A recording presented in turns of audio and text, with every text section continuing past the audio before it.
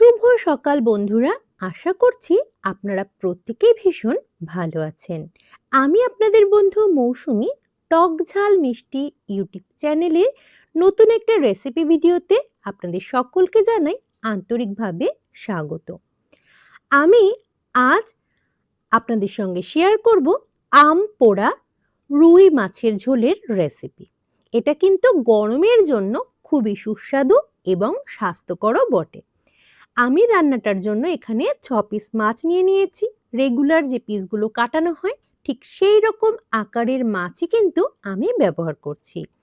প্রথমে মাছগুলোকে ধুয়ে পরিষ্কার করে নেওয়ার পর আমি লবণ হলুদ মাখিয়ে রেখে দেব 10 মিনিট সময়ের জন্য। আর ততক্ষণে মাছটা রান্নার জন্য আমার যে সমস্ত উপকরণগুলো প্রয়োজন হবে সেগুলো কিন্তু রেডি করে ফেলবো। অতিরিক্ত গরমে কিন্তু খুব রিচ খাবার দেওয়ার বা খুব বেশি মশলাদার খাবার খেতে আমাদের কারোরই ভালো লাগে না। আর যদিও বা খাই তাহলেও কিন্তু হজমের বিভিন্ন সমস্যা হয়ে থাকে। আজকের যে রেসিপিটা এটা কিন্তু গরমের জন্য একেবারে আদর্শ। আমি মাঝারি সাইজের একটা কাঁচা আম নিয়ে নিয়েছি আর সেটাকে কিন্তু প্রথমে খুব ভালোভাবে পুড়িয়ে নিচ্ছি। বেশ কিছুক্ষণ সময় ধরে উল্টে পাল্টে আমি কিন্তু সম্পূর্ণ আমটাকে পুড়িয়ে নেব, যাতে খুব ভালোভাবে আমটা এই পর্যায়ে পুড়ে যায়। দেখুন আমটা কিন্তু কালার চেঞ্জ হতে শুরু করে দিয়েছে। আরও কিছুক্ষণ সময় ধরে আমি আমটাকে পুড়িয়ে নেব, কারণ এই যে আম পোড়ার একটা স্মোকি ফ্লেভার সেটা কিন্তু এই রান্নাটায় যোগ হলে বেশ সুন্দর লাগবে খেতে। শুরুতেই আমি জানিয়েছি আপনাদের আজকের রান্নাটা কিন্তু গরমের জন্য একেবারেই আদর্শ একটা রান্না। তাই আজকের রান্নায় আমি কিন্তু একেবারে বেশি তেল মশলা কোনো কিছুরই ব্যবহার করব না। আমটাকে খুব ভালোভাবে পুড়িয়ে একটু ঠান্ডা হতে রেখে দিয়েছি। আর এদিকে একটা কড়াই বসিয়ে দিয়েছি গ্যাস ওভেনে, তার মধ্যে নিয়ে নিলাম বেশ কিছু পরিমাণ সর্ষের তেল গরম হতে। এদিকে দেখুন আমটা ঠান্ডা হওয়ার পর আমি কিন্তু ওপরের পোড়া খোসাটা ফেলে দিয়েছি। তেলটা গরম হয়ে গেছে। এবার মাছের ঝোলের জন্য আমি যেটুকু আলু ব্যবহার করব সেটুকু আলু কিন্তু লম্বা আকারে আমি কেটে রেখেছিলাম, সেটা ভেজে নিচ্ছি প্রথমে। আলুটা ভাজার জন্য আমি এখানে ব্যবহার করব সামান্য পরিমাণ লবণ এবং অল্প পরিমাণ হলুদও। লবণ হলুদ দিয়ে আলুগুলোকে একটু কড়া করে ভেজে তুলে নেব। আর তারপর এই তেলেই কিন্তু আমি যে কটা পিস মাছ ব্যবহার করছি আজকের রান্নায় সেই মাছগুলোকেও ভেজে নেব। এক্ষেত্রে একটা টিপস দিই আপনাদের, অনেক মাছই কিন্তু দেখা যায় যে ভাজার সময় ভীষণভাবে ফোটে।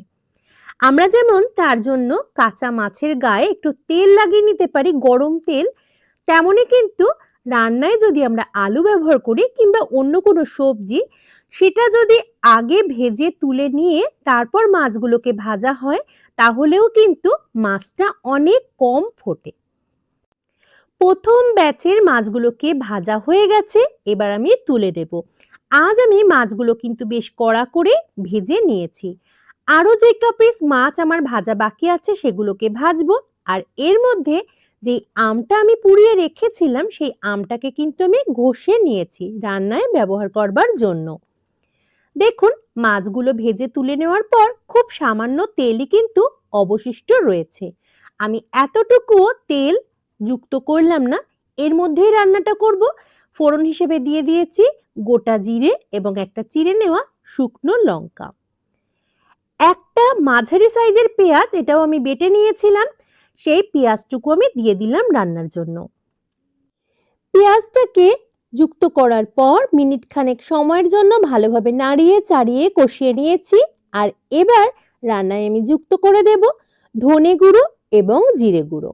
দেখুন পেঁয়াজটা কিন্তু ভাজা হওয়ার সাথে সাথে কালারটা পরিবর্তন হতে শুরু করে দিয়েছে।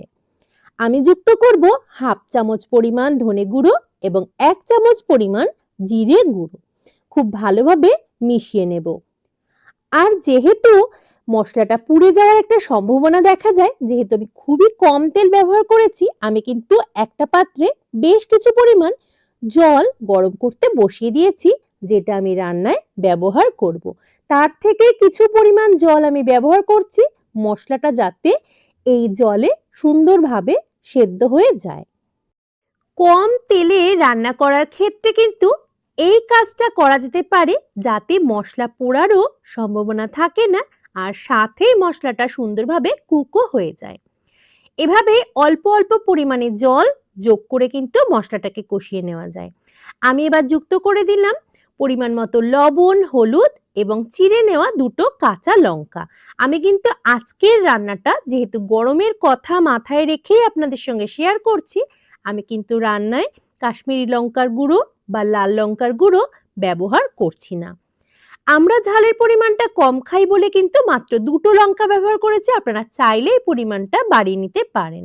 আগে থেকে ভেজে তুলে রাখা যে আলুগুলো সেগুলো আমি যুক্ত করে দিলাম রান্নায় আর মশলার সঙ্গে আরও বেশ কিছুক্ষণ সময়ের জন্য কষিয়ে নেব। মশলা সহ আলুটাকে বেশ খানিকক্ষণ সময়ের জন্য আমি কিন্তু কষিয়ে নিয়েছি।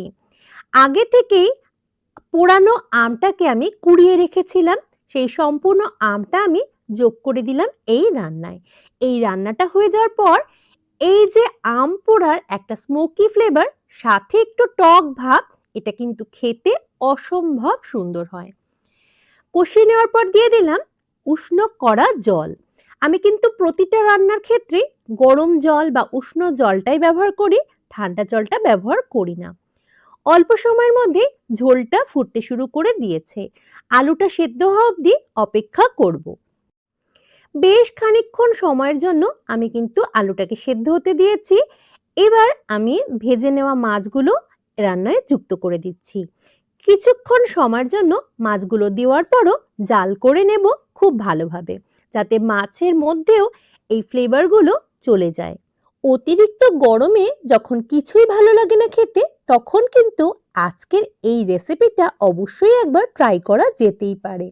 কেমন লাগলো আজকের রেসিপি ভিডিওটি অবশ্যই জানাবেন কমেন্ট করে। ভালো লাগলে লাইক করতে ভুলবেন না। আর যারা প্রথমবার দেখছেন আমি অনুরোধ করব সাবস্ক্রাইব করে পাশে থাকবার জন্য। আজ এই পর্যন্তই, দেখা হবে নতুন ভিডিও নিয়ে খুব তাড়াতাড়ি। ততক্ষণের জন্য সকলে খুব ভালো থাকবেন।